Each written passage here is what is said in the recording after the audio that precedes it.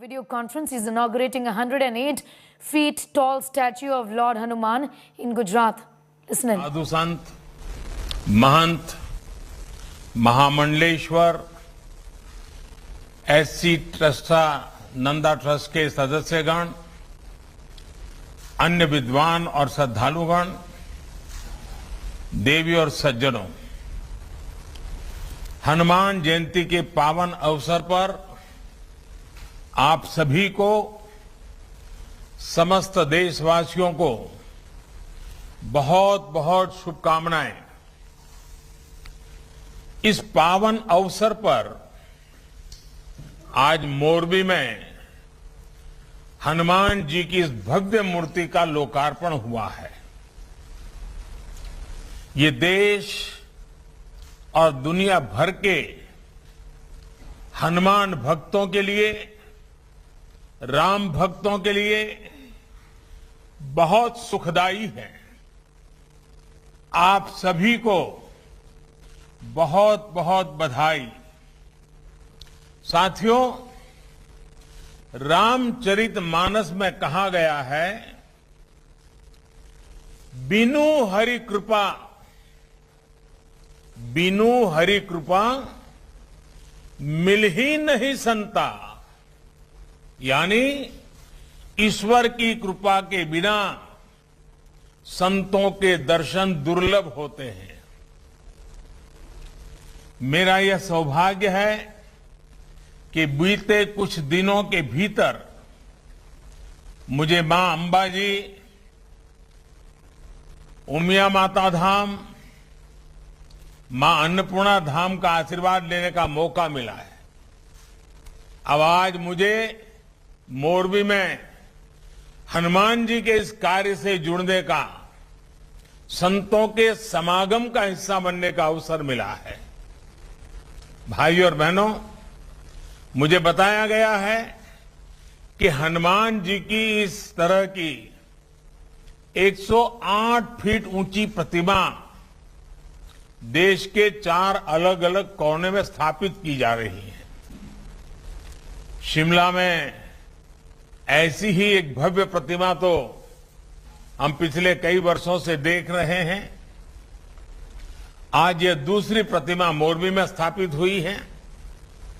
2 अन्य मूर्तियों को दक्षिण में रामेश्वरम और पश्चिम बंगाल में स्थापित करने का कार्य चल रहा है, ऐसे मुझे बताया गया। साथियों, ये सिर्फ हनुमान जी की मूर्तियों की स्थापना का ही संकल्प नहीं है, बल्कि ये एक भारत श्रेष्ठ भारत के संकल्प का भी हिस्सा है। हनुमान जी अपनी भक्ति से, अपने सेवा भाव से सबको जोड़ते हैं। हर कोई हनुमान जी से प्रेरणा पाता है। हनुमान वो शक्ति और संबल है जिन्होंने समस्त वनवासी प्रजातियों और वन बंधुओं को मान और सम्मान का अधिकार दिलाया। इसलिए एक भारत श्रेष्ठ भारत के भी हनुमान जी एक अहम सूत्र है।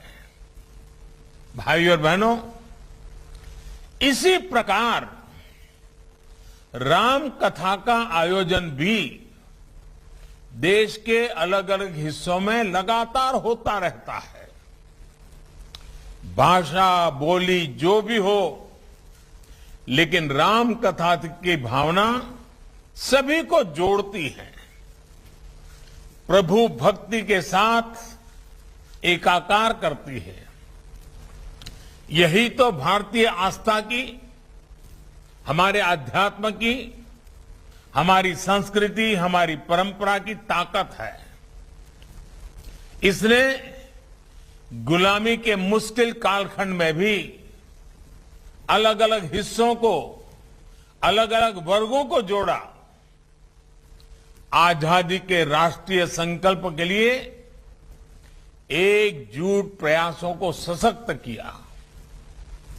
हजारों वर्षों से बदलती स्थितियों के बावजूद भारत के अड़िग अटल रहने में हमारी सभ्यता, हमारी संस्कृति की बड़ी भूमिका रही है। भाइयों और बहनों, हमारी आस्था, हमारी संस्कृति की धारा सद्भाव की है, समभाव की है, समावेश की है। इसलिए जब बुराई पर अच्छाई को स्थापित करने की बात आई तो प्रभु राम ने सक्षम होते हुए भी खुद से सब कुछ करने का सामर्थ्य होने के बावजूद भी उन्होंने सबका साथ लेने का, सबको जोड़ने का, समाज के हर तबके के लोगों को जोड़ने का, छोटे बड़े जीव मात्र को उनकी मदद लेने का और सबको जोड़ करके उन्होंने इस काम को संपन्न किया। और यही तो है सबका साथ सबका प्रयास। ये सबका साथ सबका प्रयास का उत्तम प्रमाण प्रभु राम की ये जीवन लीला भी है, जिसके हनुमान जी बहुत अहम सूत्र रहे हैं। सबका प्रयास की इसी भावना से आजादी के अमृत काल को हमें उज्जवल करना है, राष्ट्रीय संकल्पों की सिद्धि के लिए जुटना है। અને આજે જ્યારે મોરબીમાં કેશવાનંદ બાપુની આ તપોભૂમિ પર આપ સૌના દર્શન કરવાનો મોકો મળ્યો છે, ત્યારે તો આપણે તો સૌરાષ્ટ્રમાં દિવસમાં કદાચ 25 વાર સાંભળતા હોઈશું કે આપણી આ સૌરાષ્ટ્રની ધરતી સંતની ધરતી, સુરાની ધરતી, દાતાની ધરતી, સંત સુરા અને દાતાની આ ભૂમિ એ આપણા કાઠિયાવાડની, આપણા ગુજરાતની અને એક પ્રકારે આપણા ભારતની આગવી ઓળખ પણ છે। મારે માટે ખોખરા હનુમાન ધામ એક પ્રકારે નિજી ઘરેબાવાળી જગ્યા છે।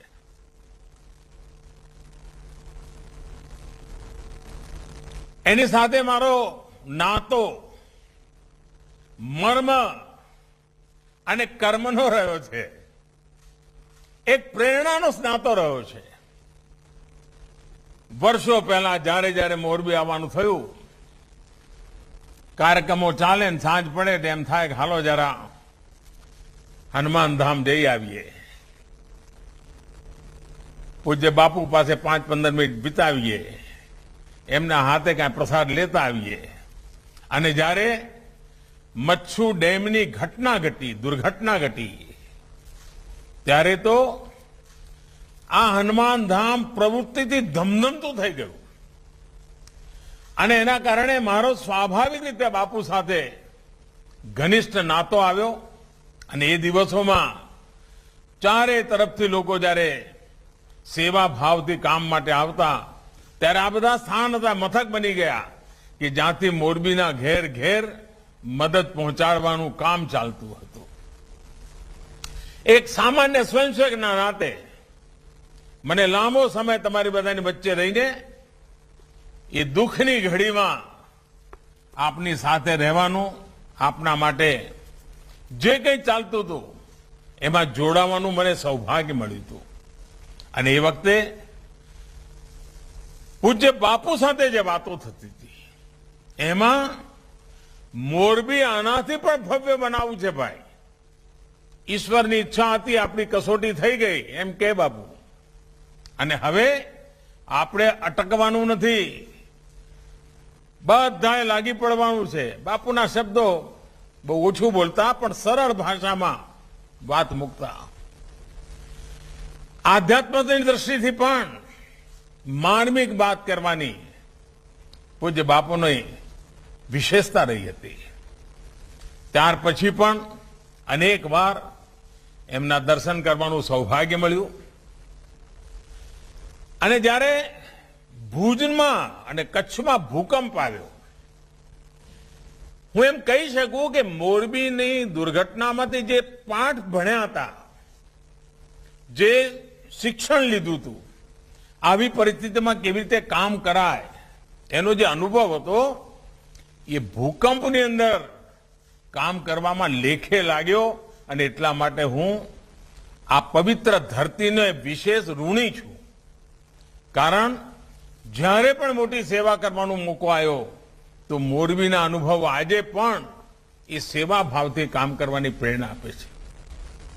અને જેમ ભૂકંપ પછી કચ્છ ઝળહળી ઉઠ્યું છે, એવું જ આફતને અવસરમાં પલટવાની ગુજરાતીઓની જે આગવી તાકાત છે એ મોરબીએ પણ બતાવી.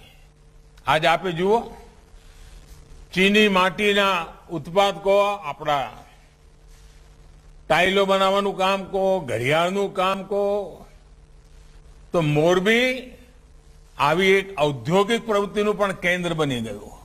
નહીં તો પહેલા બચ્છુ ડેમ પહેલા ચારે તરફ ઈંટોના ભઠ્ઠા સિવાય કઈ દેખાતું નહોતું. મોટી મોટી ચીમનીઓ અને ઈંટોના ભઠ્ઠા.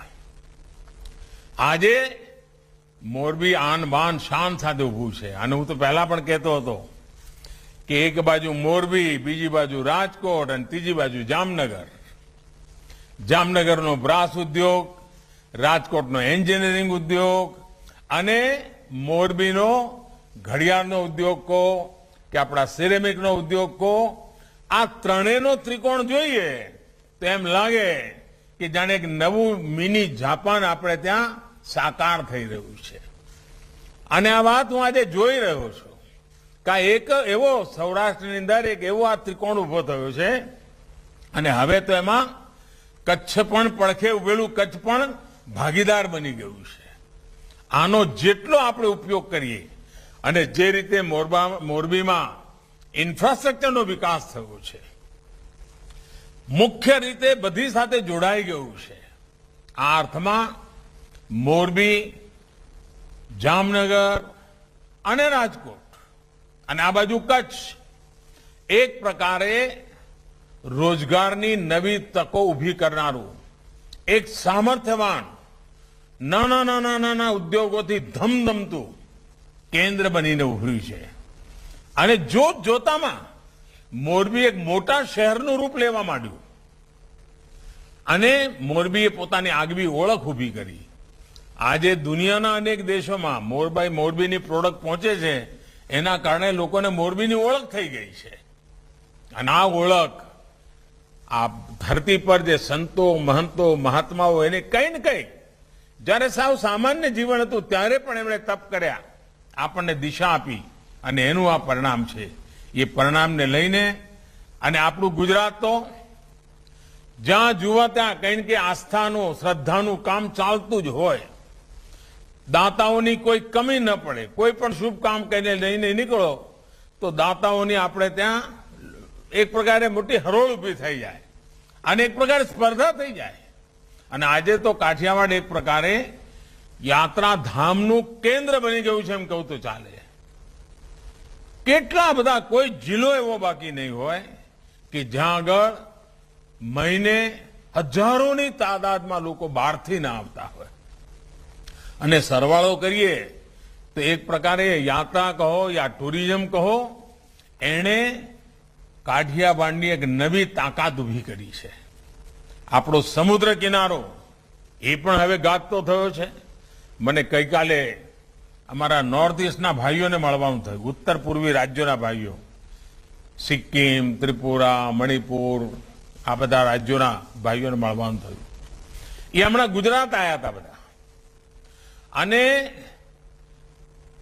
દીકરી પરણાવવા માટેનો જેમ સાજો સામાન લઈને ભાગીદાર બને એમ શ્રી કૃષ્ણ અને રૂકમણીના લગ્નમાં રૂકમણીના પક્ષે બધા આવ્યા હતા.